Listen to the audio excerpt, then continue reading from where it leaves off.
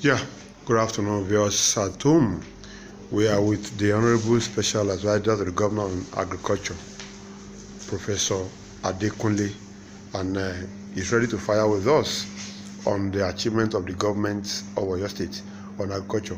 We started with the proposed master plan, which we have the pictorial diagram on the wall of the Special Advisor to the Governor on Agriculture. Please, can you explain the essence of that master plan? Thank you very much. The master plan was brought by the management team from Shongai Agricultural Center in Porto Novo, Benin Republic. The master plan was brought because that was the intention of the Oyo State government to replicate it here in Oyo State. And the governor had the vision of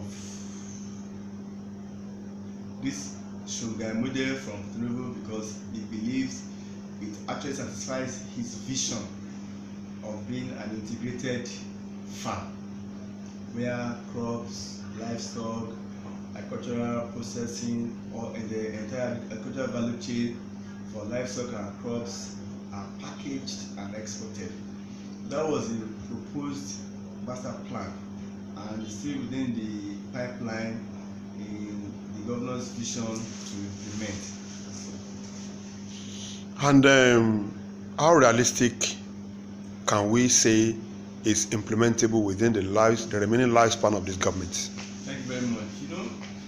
Fund capital is another matter.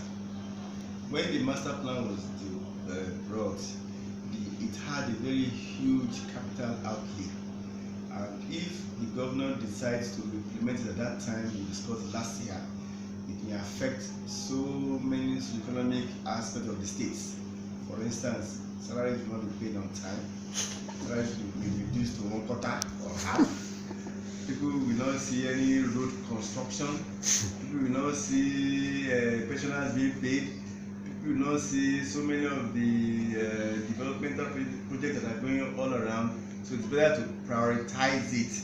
Even though that has not been implemented yet, we have started a variant of the Shongai model at various centers in Oyo State. We have started the training aspect, we have started the agro investors aspect, because it's more of a PPP, public-private partnership project. We have not abandoned it in its entirety, but we have started taking a piece of it, started implementing it gradually. But we got to know that from what you are saying that you started training with some people for agriculture. Is it the end of the training and recruitment of intending agricultural, people that want to participate in agricultural program of Oyo State government? Yes. To be precise, September 31, October 11, 2017, we trained 216 Oyo State youths. They were taken from all the 33 government areas and 35 LCDAs from Oyo State. So all parts of Oyo State were represented by the first batch of trainees. The training program held at Rural Community Development Center, Awe, at Aba Rulado, and it covered crops, livestock, and all the other heads of agriculture. And the participants, before the training of the participants, there was a meeting with the local government chairman at the House of Chiefs, where we agreed that after the training of these participants, they will be given cleared land. It was also agreed that ACOS, Agricultural Credit Corporation for Oyo State, provide supervised grant, loan facility to be precise, that each participant will collect a certain amount of money, and the money will be utilized for furtherance of their agricultural entrepreneurship of activities, and the money will be refunded with time. So we are preparing now for batch 2 and batch 3 of that youth empowerment in agriculture program. Okay, next question. Prof,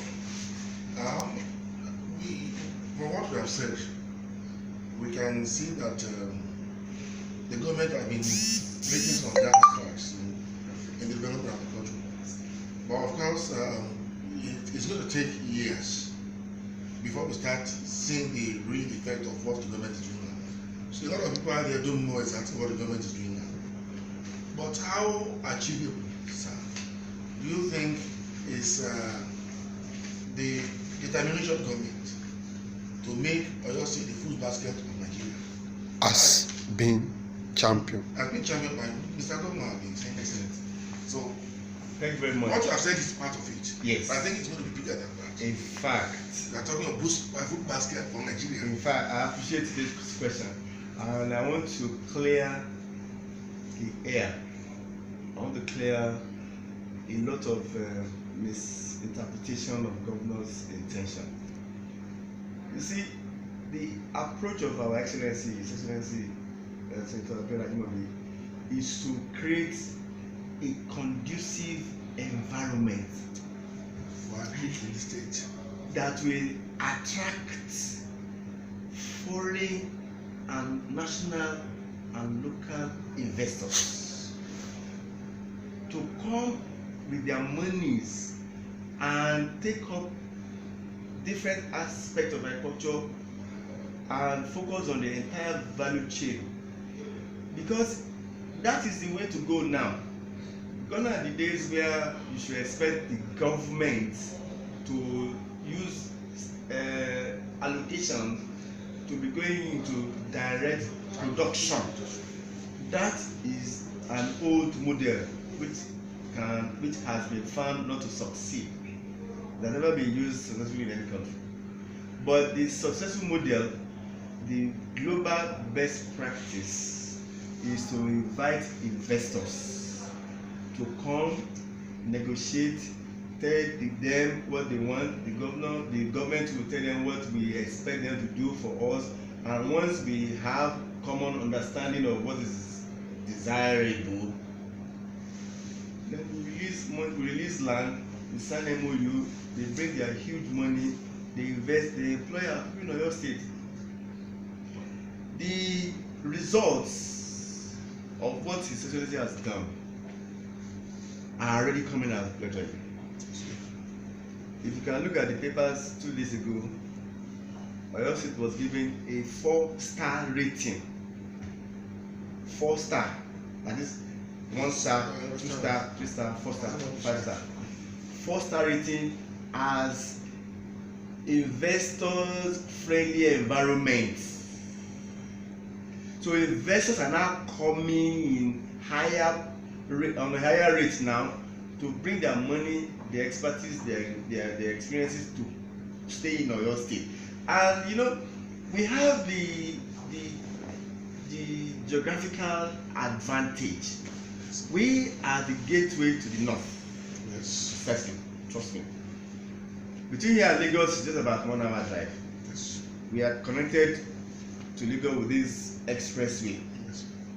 And we have the largest land mass in the entire southern Nigeria. It also has the largest land mass. Southern Nigeria. Southern Nigeria, that is 28,544 kilometers square, not hectares. So it also has the largest land mass. In addition to that, it also has the largest arable land, that is area that you can cultivate. We have the best ecological environment. There is practically everything, nothing that we cannot grow in Oyo State. We are the world renowned highest producer of cassava. In Nigeria, we are number 1. Our economy is about between 12th and 15th in the whole of Africa. And we have the largest number of agricultural research institutions in Nigeria. We have IITA, we have ILT, we have coal research, we have forest reserve, we have nine hot, we have IART. so we have the largest concentration of agricultural research. So if we have IITA, we have forest reserve, we have coal reserve. So I can tell you that this is an environment where when we are talking about collaborating with research institutes, we have it. This is an environment where population is key. We have the population. This is an environment where the ecology is suitable, the land is available, and His Excellency has even gone further with his visionary approach by saying, okay, most of our forest reserves are not being used adequately. In fact, a lot of illegal activities are going on there, illegal felling of trees, a lot of things that should not be created are happening. He said rather than allowing those places to be dysfunctional or unused, convert some, not entire, or just part of it, to agricultural land. And this now has been benefited to people, and people are now coming in to bring their wealth of experiences and money to even develop the area. And without wasting our time, I can tell you that we have collaboration with so many state governors, so many state governments. We have with Lagos, we have Kogi, we have RISE accelerated program for integrated development. We have ginger development. Ginger is a powerful crop. We have the federal government accelerated development scheme. We have a Oyo State Dangote Rice Agroraship program. Dangote group of companies have picked Oyo State to collaborate in terms of rice growing, rice production, and this project intends to bring Dangote group to come and install one of the largest rice mills in Oyo State. In fact, they are giving them land near Sijire. Now we are talking about allocation of land. Gone are the days where land will be idle. Rather than allowing land to be idle, it could be used by those that have the resources. And when the land is used, income is paid. The state government generates IGR. A lot of people are employed. We have a farm mechanization project supported by the federal government. We have completed a 10,000 metric ton mega silo at Awe. 10,000 metric ton capacity mega silo at Awe for green storage. For green storage. We have Cashew Development Intervention Fund. We have the Pacesetter Organic Integrated Farm, that is the youth empowerment agricultural program, which I said we did at Awe the other time. And at the moment, we are collaborating with IITA again. IITA is the foremost agricultural research institute in Africa.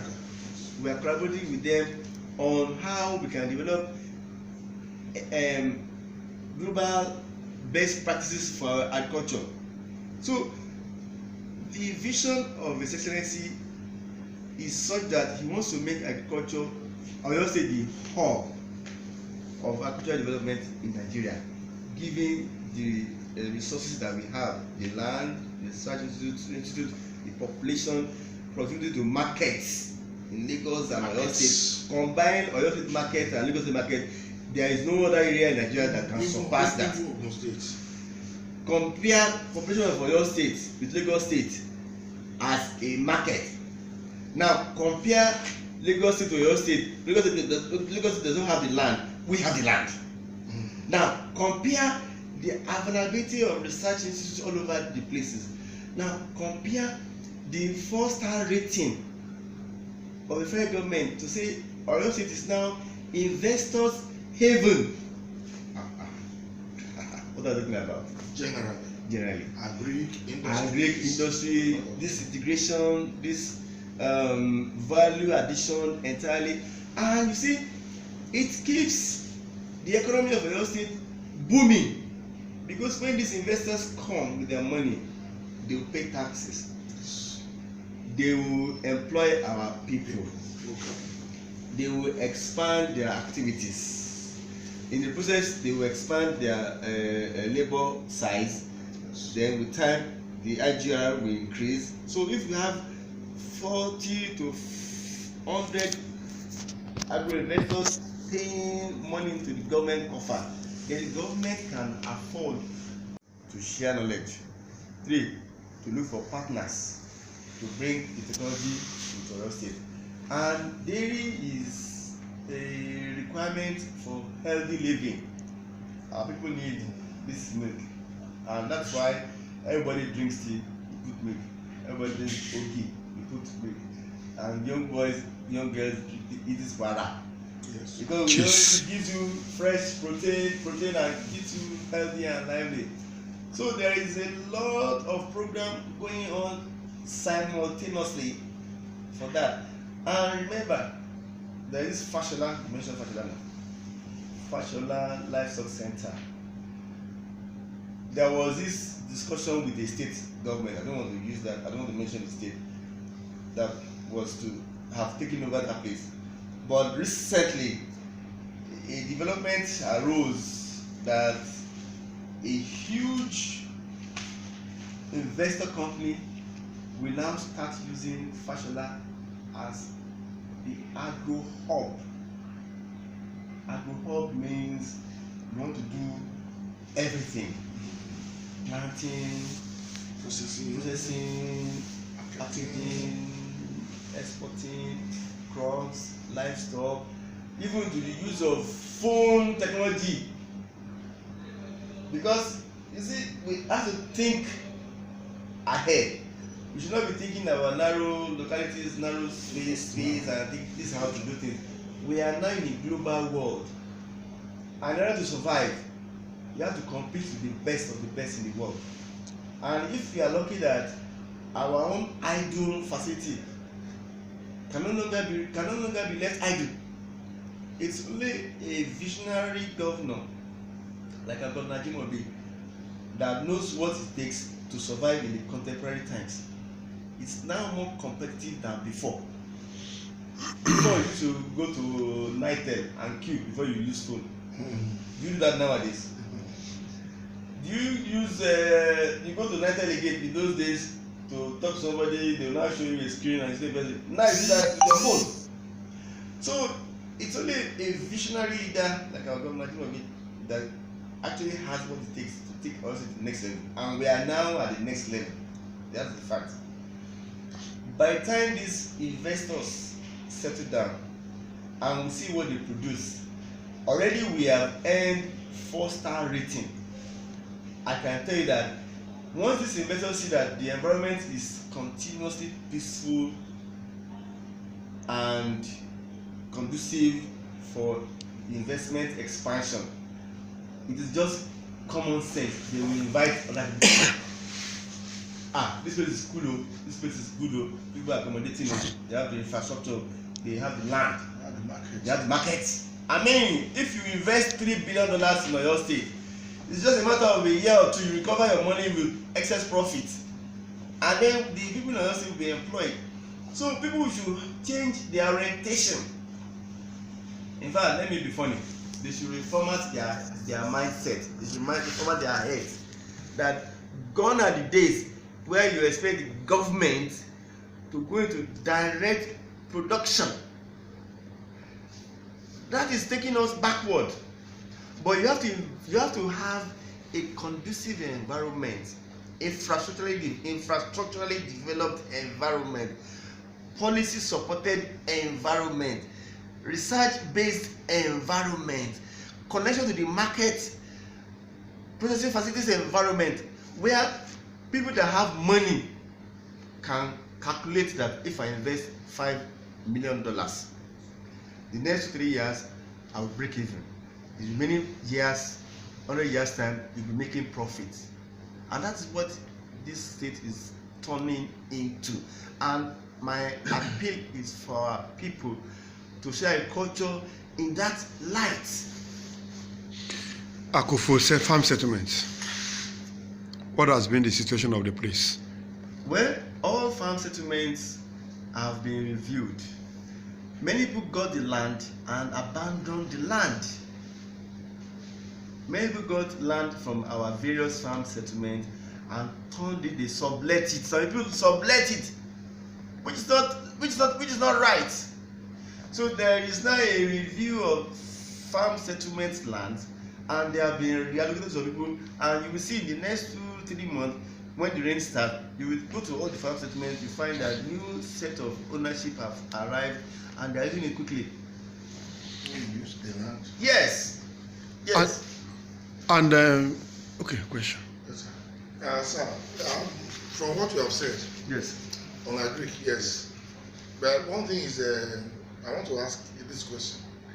Going around the city, the capital, and even some of the other big towns in the state, we can see that the government is doing a very good job on road construction.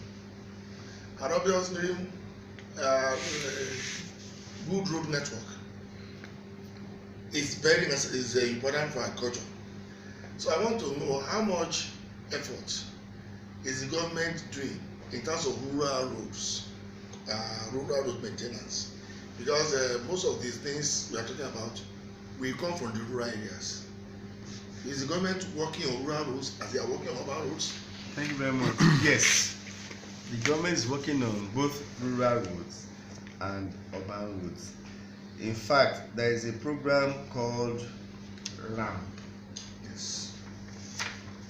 Rural Access and Mobility Program. Now, I think it's the the latest RAMP version is called an agricultural marketing.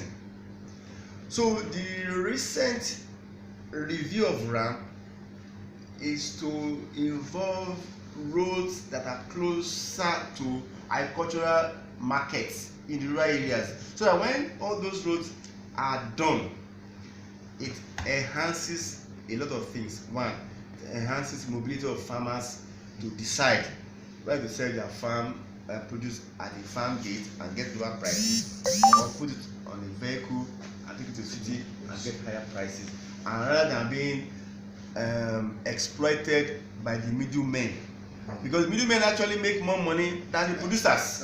It's because of ignorance, because of lack of roads. Now that these roads are being constructed with a joint facility from the federal government and the state government, because the state government has to put in they call this thing counterpart funding. Thank you. So once the state government brings in the counterpart funding, the federal government and CBN releases the real money, and these roads are constructed, and the benefits are they have exponential ratio of benefits. Now, as we are seeing massive road construction in the cities, all over the cities of Oyo State, not only in Ibadan, you know that the people have verified that they are happy the rate at which roads are being developed there. Likewise from Igora, likewise from Igosha, likewise from that. The rural roads now are becoming strategic, because once you have access to the source of raw materials, it helps the companies that have settled down to get their raw materials, which they will now process and sell and then export. So there is a lot of work going on right now on construction, rehabilitation of rural roads and urban roads. Thanks. Yeah, the other time you mentioned first batch of trainee. Yes, Are we having second batch of trainee? definitely. When, sir? Between March and May, you will see them, because His Excellency said it in his 2008 budget speech, which he presented at the House of Chiefs to the House of Assembly for State. It was mentioned that the first batch of trainees was done last year at RCDC Aware, and second batch and third batch will happen in 2018. So we are preparing the ground. We have started renovation. We have started doing overhaul of the facilities at Aware. so as to accommodate more trainees in this second and third batches, which His Excellency has indicated in the 2018 budget speech. Yes, there is this Anchor Bora program of the federal government. A lot of states are tapping into that facility. Yes. What effort is your state government making towards making sure that a lot of the indigenous and even non-indigenous residents in your state, gets benefit from this? Thank you. People don't understand. People don't know that Oyo State has its own version of the Anchor Borrowers Program. It is called Homegrown Anchor Borrowers Program, and this is being handled by the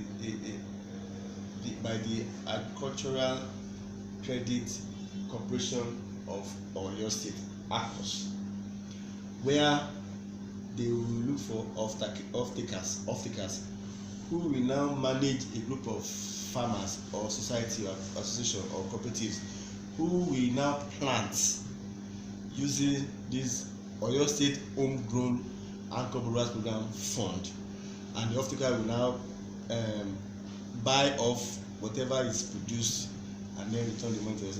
Now, the federal government Anchor Borrowers Program is just about to start, because the paperworks are complicated, and it's important to let people know that the Oyo State Anchor Borrowers Program is already a success. It's been in operation for more than 2-3 years now, and we can mention villages where we have off-takers in the Shein. I don't want to mention companies that are off-takers. And the federal government Anchor Borrowers Program too is about to start, because the paperworks and the criteria required for satisfying the federal government program is what we have just finalized, and then the money will now be used, and then more farmers can also benefit from that. Yes, there is also these, shall I say, reservations by some of the farmers that once they are giving some of these loans facilities, for instance, if they are saying that they are giving them 150,000, 200, and 500,000, that mostly it is found that this money never get to them. It's being used and utilized by the agric ministries and what have you. That in most cases, even what they claim to have spent on them is not actually the face value of it. That in most cases they don't end up being, getting profit from what they do. Is there any way you're redressing this? Yes. You see, our people always want free money or cheap money, and it has been found that when you give people cash, human beings, they divert the money to other things. So the philosophy of the new grant or lending policy is that rather than giving the money directly to the farmers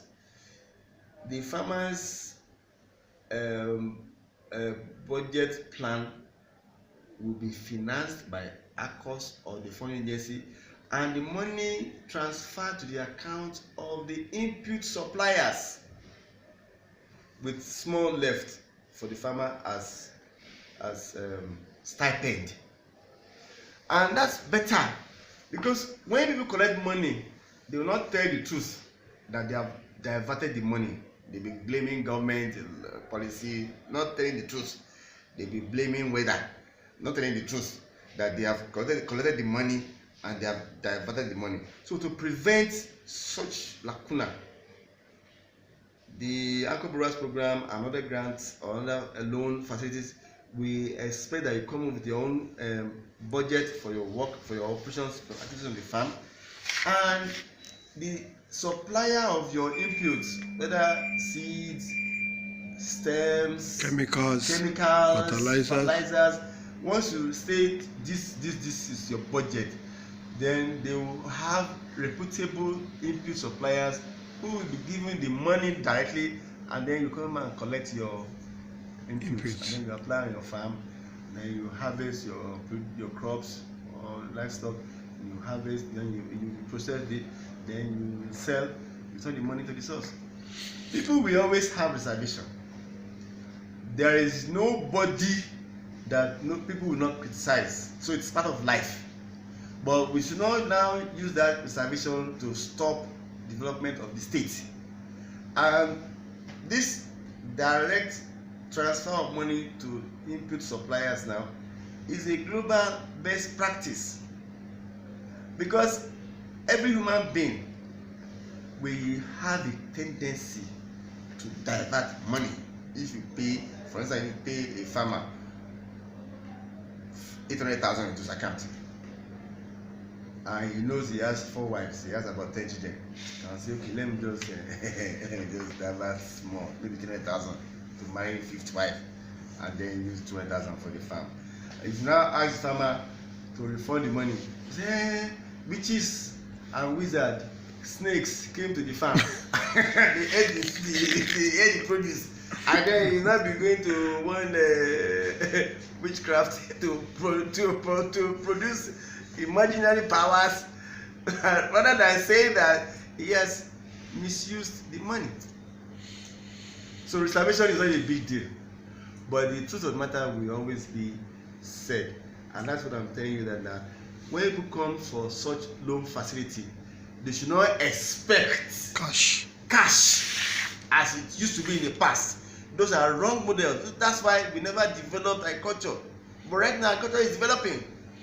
Some people felt, the people claim that they were made to pay 1,000 naira to be able to access some lands, about a year or 2 ago, and that they've not been allocated lands to farm. So what are you going to say to this? Well, I don't have the details yet. If I have details, I will respond. But when it comes to levy, purchase of land, you are paying 1,000 naira. Just to register. It's okay. If you want to go to university, you buy JAMB form. If you want to go to any embassy, you pay for a date before you go for the interview. Yes. If you want to go for, so why are you now making a mountain out of nothing? But in terms of not yet getting the land, it involves a lot of processing in the Ministry of Agriculture, and policy reviews are there now. There is land now for people, for instance, come and take land, apply, pay who's amount, take land, and this time around it's no more 1,000 naira. How much? I don't want to tell you the figures. Let me go to the Ministry of Agriculture and get the figures. Okay, sir. Okay. I think anybody who has the opportunity of watching this interview would have been given an insight into the operation of government as far as agriculture is concerned. But not just this question will be as a parting shot for me. What will you want the people of this state to remember you for after leaving office? Wow. Well, you are being in academics. Yes. Now you are in government. Yes. And you are likely to go back to academic life. So Most likely. yes, most likely. Well, I want the people of the state to remember me for coming to serve the state.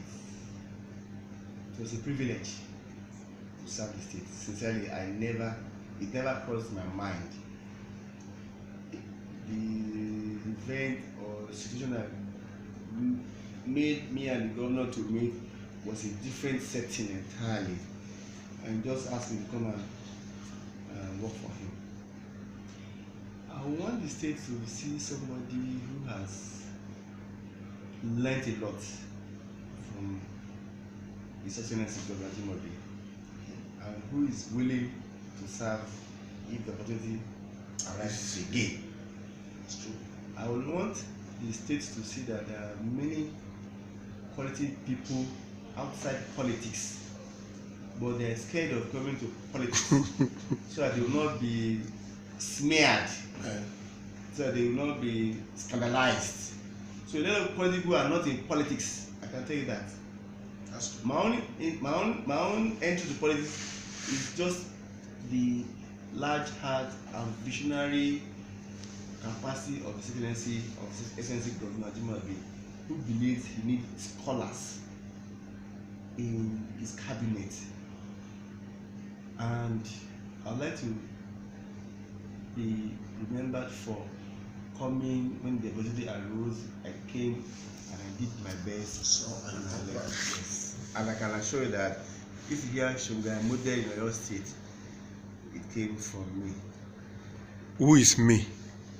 I brought the idea to His Excellency. The viewers want to know whom we've been talking to all along. Yes. We should have started with that. Yes. If you hear anything called Shongai model in Oyo State, I facilitated it. If you are hearing youth empowerment and culture in Oyo State, I did the first batch in RCDC Aware. And I don't like blowing my trumpet.